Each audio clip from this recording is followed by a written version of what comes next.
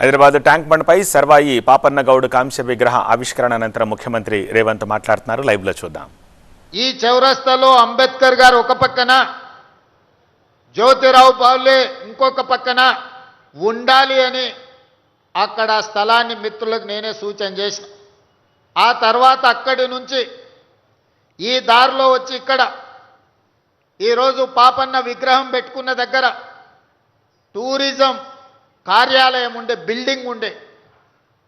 Tourism అధికారులను, మంత్రిని పిలిచి ఈ కార్యాలయాన్ని తరలించండి, ఈ బిల్డింగ్ను కూలగొట్టండి, ఇక్కడ సర్దార్ సర్వాయి పాపన్న విగ్రహ ప్రతిష్ఠ చేసుకుందాం.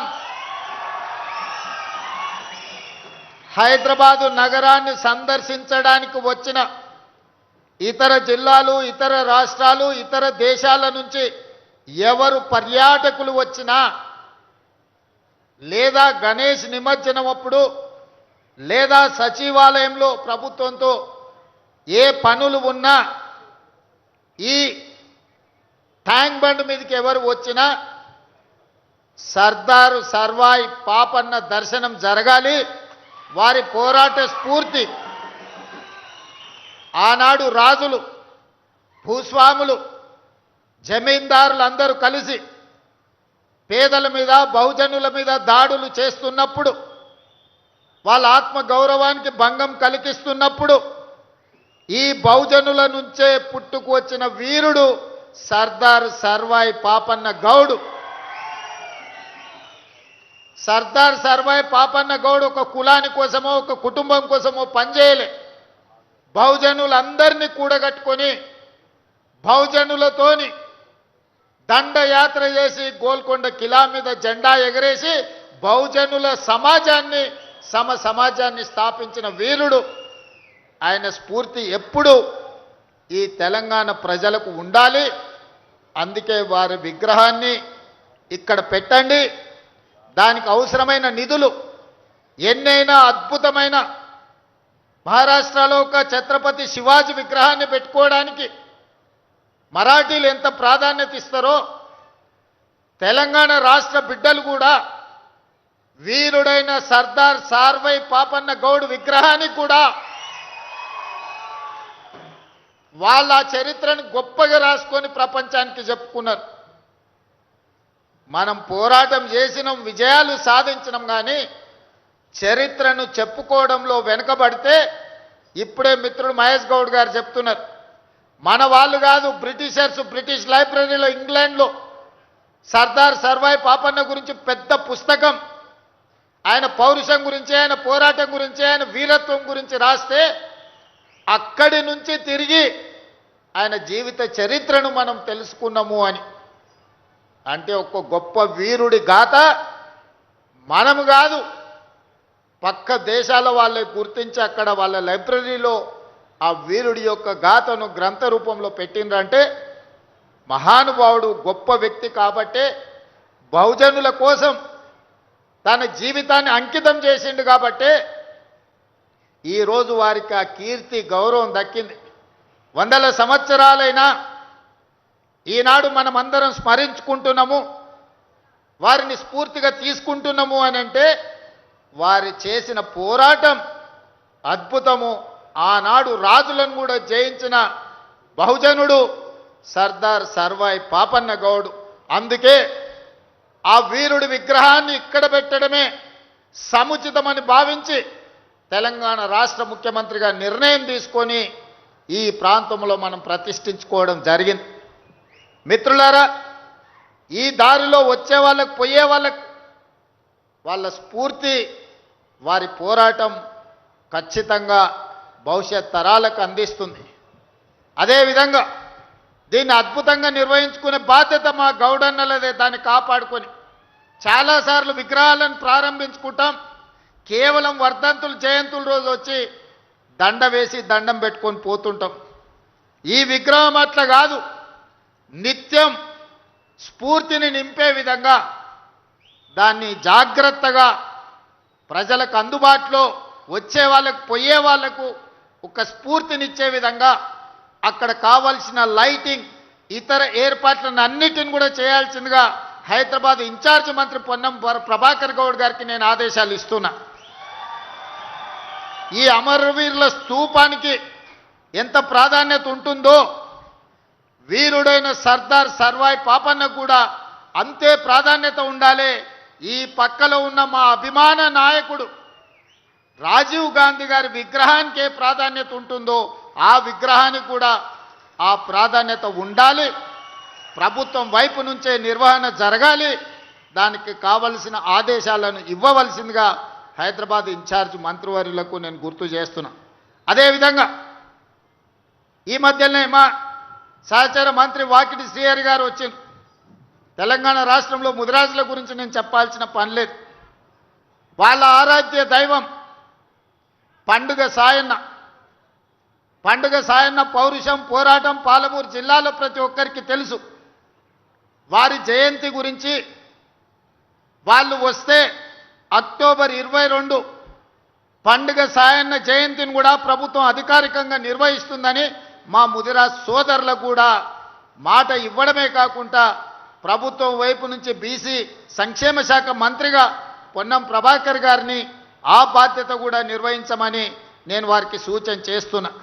మిత్రులారా, ఈ ప్రభుత్వం నా ఒక్కడిదో భట్టి గారు ఒక్కరిదో కాదు. ఈ ప్రభుత్వం సామాజిక న్యాయం ప్రజల సంక్షేమం కోసం పనిచేస్తున్న ప్రభుత్వం.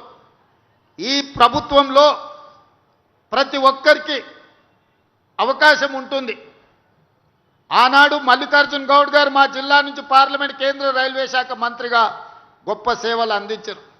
బాలాగౌడ్ గారు గొప్ప సేవలు అందించారు. చాలామంది ఎంతోమంది నాయకులుగా ఈరోజు కాంగ్రెస్ పార్టీ తరఫున ఎదిగాను.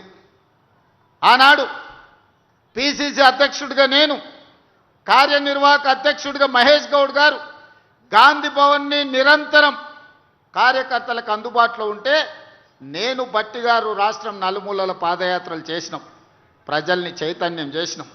ఈనాడు ప్రభుత్వాన్ని ఏర్పాటు చేసుకున్నాం. మళ్ళొక్కసారి నేను ఒక్క మాట చెప్పదలుచుకున్నాను. ఈరోజు ప్రమోషన్ వచ్చి మహేష్ గౌడ్ గారు ఎమ్మెల్సీ పిసిసి అధ్యక్షుడైండు. పిసిసి అధ్యక్షుడిగా నాకు ప్రమోషన్ వచ్చి ఈరోజు ముఖ్యమంత్రిగా అయినా మా మిత్రుడు బట్టి విక్రమార్క గారు సిఎల్పి నాయకుడి నుంచి డిప్యూటీ సీఎంగా అయినరు. నాది మహేష్ గౌడ్ కాంబినేషన్ 2023 కాదు 2029లో మళ్ళీ ఇక్కడ ప్రభుత్వాన్ని ఏర్పాటు చేస్తాం. ఆనాడు డిఎస్ వైఎస్ ఏ విధంగా అయితే 10 సంవత్సరాలు ప్రభుత్వాన్ని 2 సార్లు అధికారంలోకి తెచ్చిండ్రో తప్పకుండా అధికారంలోకి తెస్తాం. ఆ అధికారంలోకి తేవాలంటే మా గౌడన్నలందరూ 100% సహకరించాలి. గ్రామాలలో మీకు మాకే పొత్తు.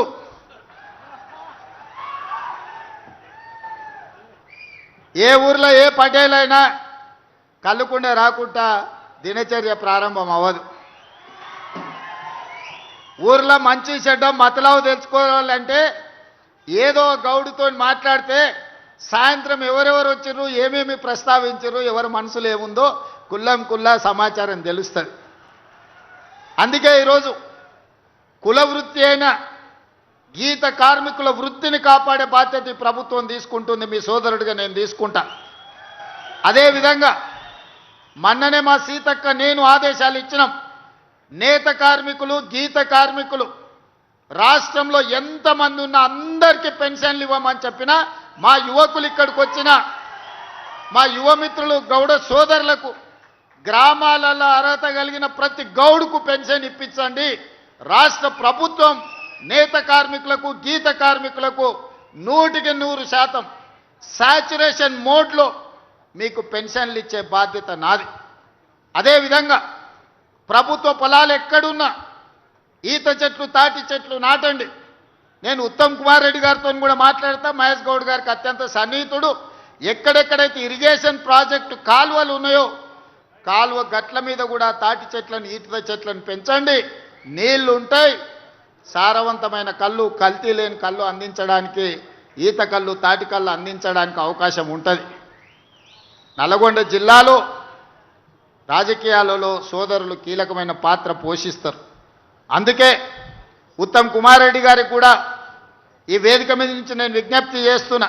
ఎక్కడెక్కడైతే మన సాగునీటి ప్రాజెక్టులు ఉన్నాయో, మన కాలువలు ఉన్నాయో, కాలువల గట్లెంబడి తాటి చెట్లు, ఈత చెట్లు నాటితే ఎవరితోని పంచాయతీ ఉండదు. మా సోదరులు వృత్తిని, కుల వృత్తిని కొనసాగించడానికి ఉపయోగపడతాయి. పెరగడానికి 3-4 సంవత్సరాలు పట్టొచ్చు, కానీ 100 సంవత్సరాలు ఆ వృత్తిని కాపాడడానికి ఉపయోగపడతాయి. కాబట్టి ప్రభుత్వం వైపు నుంచి ఈరోజు ఆ చర్యలు కూడా చేపడుతుందని మీ అందరికి తెలియజేస్తున్నా. అదేవిధంగా సోదరులారా, పదే గతంలో 10 సంవత్సరాలు ఏలిన వాళ్ళు ఈ ప్రభుత్వం గురించి, ప్రజా పాలన గురించి, వాళ్ళ దగ్గర ఉన్న అక్రమ సంపాదనతో మీడియాలో కావచ్చు, సోషల్ మీడియాలో కావచ్చు, కొన్ని తప్పుడు వార్తలను ప్రసారం చేస్తున్నారు. నేను మీకు గుర్తు చేయదలుచుకున్నా, ఆనాటి ప్రభుత్వం బర్రెలు గొర్రెలు పెంచుకోండి, చేపలు పట్టుకోండి, చెప్పులు కుట్టుకోండి, లేకపోతే చీరలు నేయండి, గౌడన్నలు కళ్ళు గీయండి అని చెప్పి చేపలు, బర్రెలు, చెప్పులు, లేకపోతే చెట్లు, లేకపోతే మిగతా వృత్తులు మనలు చేసుకోమన్నారు. ప్రభుత్వం వీటికే మనల్ని ప్రోత్సహించింది ఆనాడు.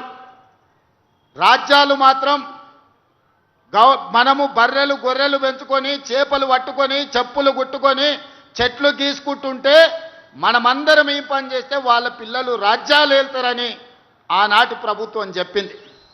నేనేమన్నా, అయ్యా ఇది ఎవరో దయాదాక్షిణ్యాలతో వచ్చిన వృత్తి కాదు, తరతరాలుగా మా సోదరులకు అంది వచ్చిన కుల వృత్తి. వాళ్ళ తండ్రులు, తాతలు, ముత్తాతలు 10 తరాల నుంచి ఈ వృత్తితోనే జీవనం సాగించిండ్రు, పిల్లలను చదివించుకున్నారు. వాళ్ళు ఉస్మానియా, కాకతీయ యూనివర్సిటీలకు ఈ గౌడన్నలను, ఈ యాదవ్ సోదరులను, ముదిరాజు బిడ్డలను, దళిత బిడ్డలను ఈరోజు పంపిస్తే పీజీలు, పిహెచ్డీలు చదివి డాక్టర్లు, లాయర్లుగా రాణించి ఐఏఎస్, ఐపీఎస్లుగా పాస్ అయి ఈరోజు తెలంగాణ పునర్నిర్మాణంలో భాగస్వాములు కావాలనుకుంటున్నారు. వాళ్ళందరికీ మేలు జరగాలి, దానికోసం మా ప్రభుత్వం ఉంటుందని నేను చెప్పిన. ఇవాళ కూడా నేను చెప్తున్న మా గౌడన్నలతో, కొన్నిసార్లు మన తలరాతను మనం మార్చుకోలేం, మన పిల్లల తలరాత మనం మార్చవచ్చు.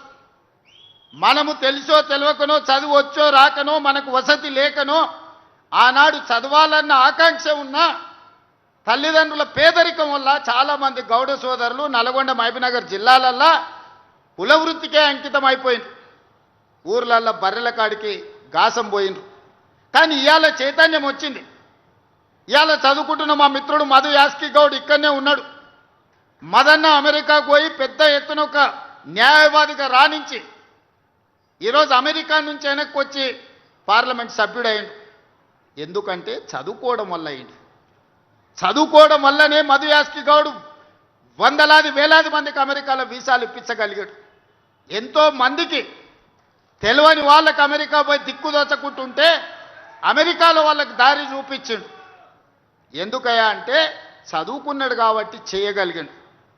అందుకే మిత్రులారా, కుల వృత్తిని కొనసాగించండి, కుల వృత్తిని గౌరవించండి, పిల్లలను మాత్రం బడికి పంపండి, పిల్లలను చదివించండి. నర్సరీ నుంచి 12th క్లాస్ వరకు క్వాలిటీ ఎడ్యుకేషన్, న్యూట్రిషన్ ఫుడ్ ఇచ్చే బాధ్యత రాష్ట్ర ప్రభుత్వం తీసుకుంటుంది. ఎన్ని వందల కోట్లు ఖర్చైనా మా బట్టి విక్రమార్క గారు వెనుకడుగు వేయకుండా గ్రీన్ ఛానల్లో మీకు డబ్బులు ఇస్తాడు.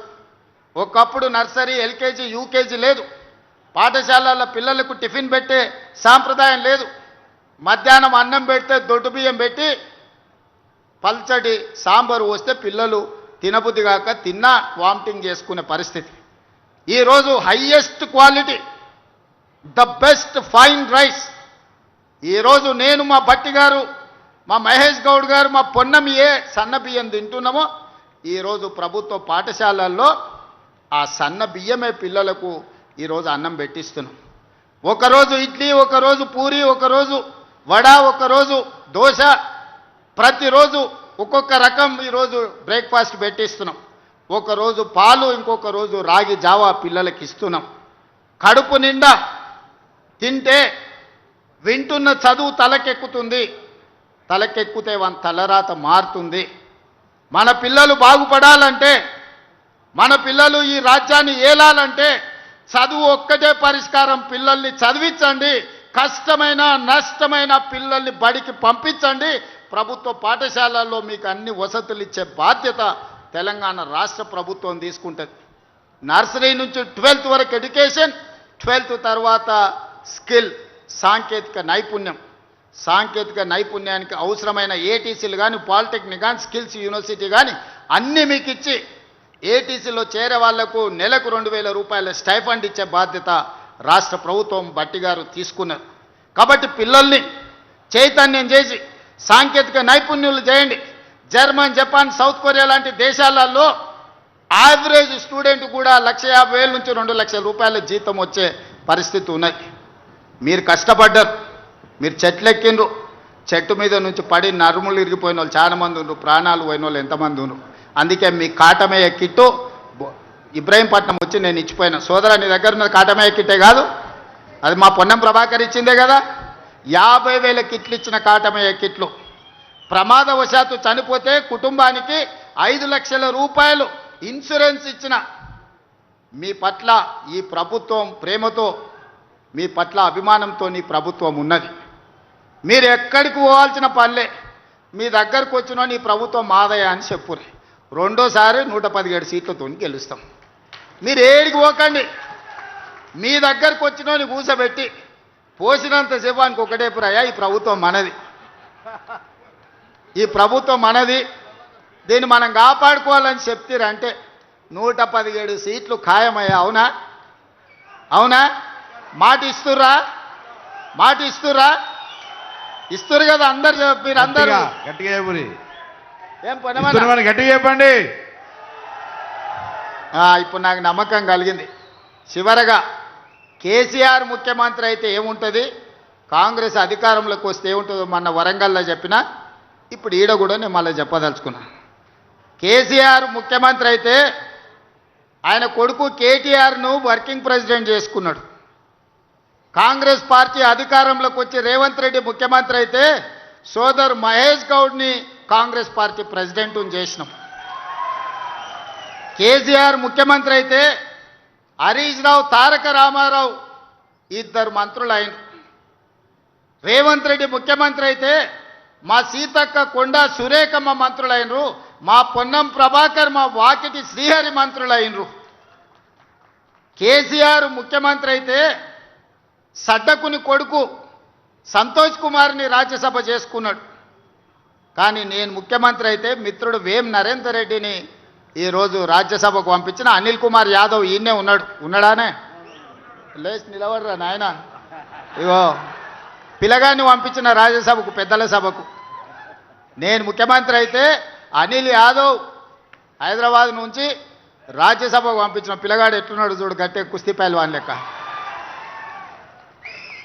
కేసీఆర్ ముఖ్యమంత్రి అయితే ఓడిపోయిన వినోదరావును ప్లానింగ్ కమిషన్ చైర్మన్గా చేసుకున్నాడు. కానీ నేను ముఖ్యమంత్రి అయితే కోదండరామ్ గారిని ప్రొఫెసర్, తెలంగాణ సాధించిన ప్రొఫెసర్ను ఎమ్మెల్సీగా నియమించిన. కేసీఆర్ ముఖ్యమంత్రి అయితే ఆయన బిడ్డను ఎంపీ చేసుకున్నాడు, ఓడిపోతే ఎమ్మెల్సీ చేసుకున్నాడు. కానీ నేను ముఖ్యమంత్రి అయితే వీరనారి చాకలి ఐలమ్మ మన్వరాల్ని మహిళా కమిషన్ సభ్యురాలుగా చేసిన. మొట్టమొదటి మళ్ళీ తెలంగాణ ఉద్యమంలో అమరుడైన శ్రీకాంతాచారి తల్లిని శంకరమ్మను పబ్లిక్ సర్వీస్ కమిషన్లో సభ్యురాలుగా నేను చేసిన.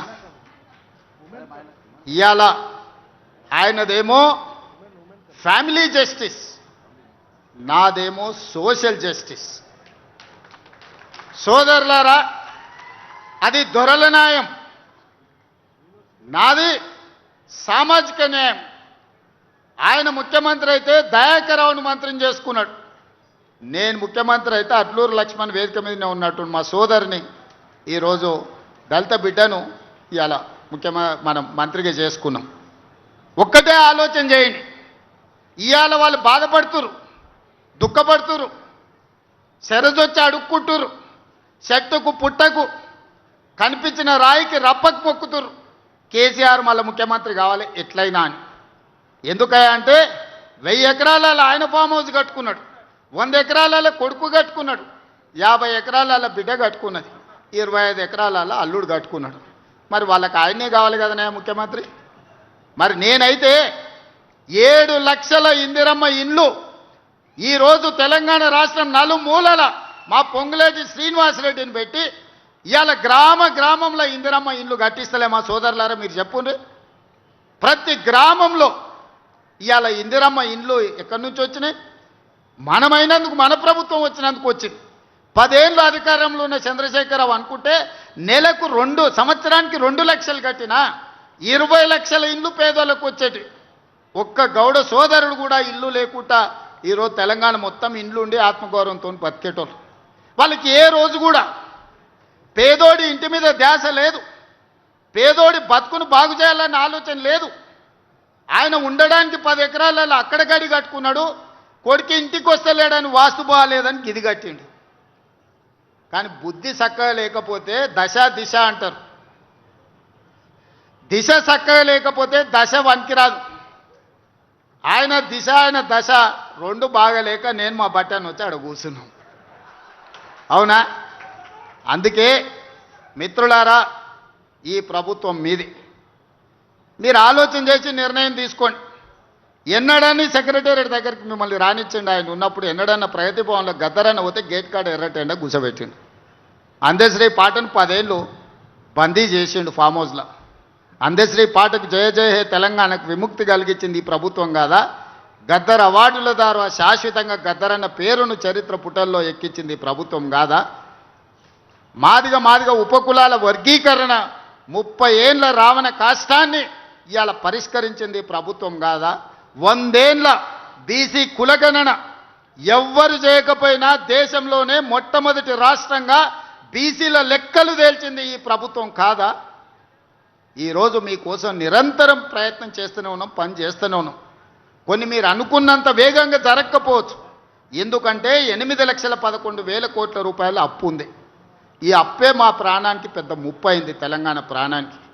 సంవత్సరం తిరిగితే బట్టి విక్రమార్క గారు తిన్నా తినకపోయినా ఓ పూట ఉపాసం పడినైనా 75,000 కోట్ల రూపాయలు అసలు మిత్తి కట్టాల్సి వస్తుంది కేసీఆర్ గారు చేసిన అప్పులకు తప్పులకు.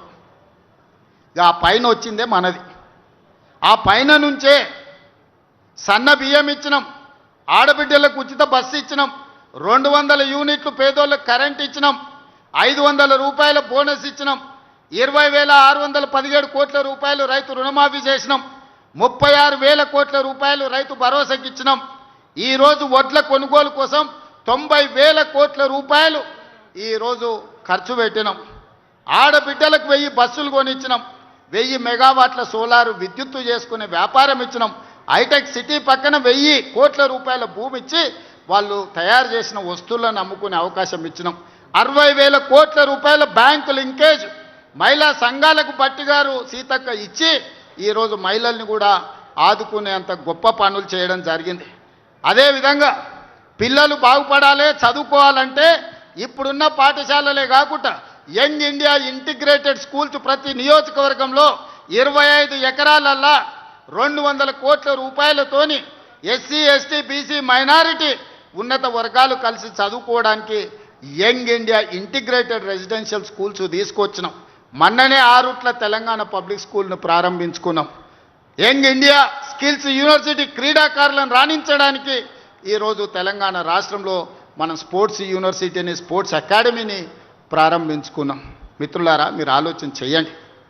ఇవన్నీ చేసినవే కొన్ని చెప్పిన నేను.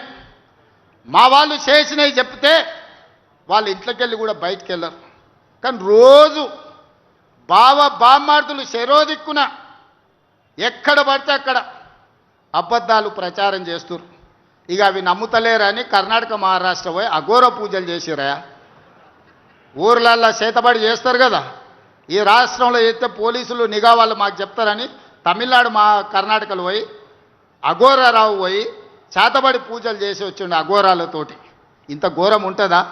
కరువు రావాలి, ప్రజలు రావాలి, రైతులు వాళ్ళ పంట పొలాలు ఎండిపోవాలని ఇట్లాంటి పూజలు చేస్తారు.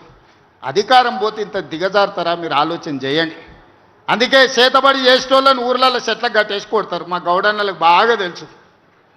ఇట్లాంటి చేతబడి చేసేటోని ఊర్లలోకి వస్తే చెట్టు కట్టేయాల్సిందే. యాప చెట్టుకో ఈత చెట్టుకో కట్టాల్సిందే, తాటి చెట్టుకో. ఎందుకంటే ఇట్లాంటి వాళ్ళు మంచిది కాదు మన సమాజానికి. అందుకే సోదరులారా, ఒక మంచి కార్యక్రమాన్ని చేసుకుందాం. మనము మీ అందరి సహకారం, మిత్రులు బట్టి గారు, పొన్నం గారు, మహేష్ గౌడ్ గారు, మదన్న సహచర మిత్రులందరూ మంచి సహకారాన్ని అందిస్తున్నారు. ప్రభుత్వాన్ని ముందుకు తీసుకెళ్తున్నాం. మనం కుటుంబాన్ని నడిపినట్టు ఈ ప్రభుత్వం ఏదున్నా మీతో చర్చించి మంచి చెడ్డ ఏమున్నా మాట్లాడుకొని ముందుకెళ్దాం. ఈ ప్రభుత్వం మనది, ఈ ప్రభుత్వం మనది. మన ప్రభుత్వం పోయి, ప్రజాప్రభుత్వం పోయి మళ్ళీ దొరల గడీల ముందల నీ బాంచన్ దొర అనే పరిస్థితి మనకు రావద్దని తెలియజేస్తూ మీ అందరి దగ్గర సెలవు తీసుకుంటున్న ధన్యవాదాలు మిత్రులారా. నాగరాజు గారు ధన్యవాదాలు.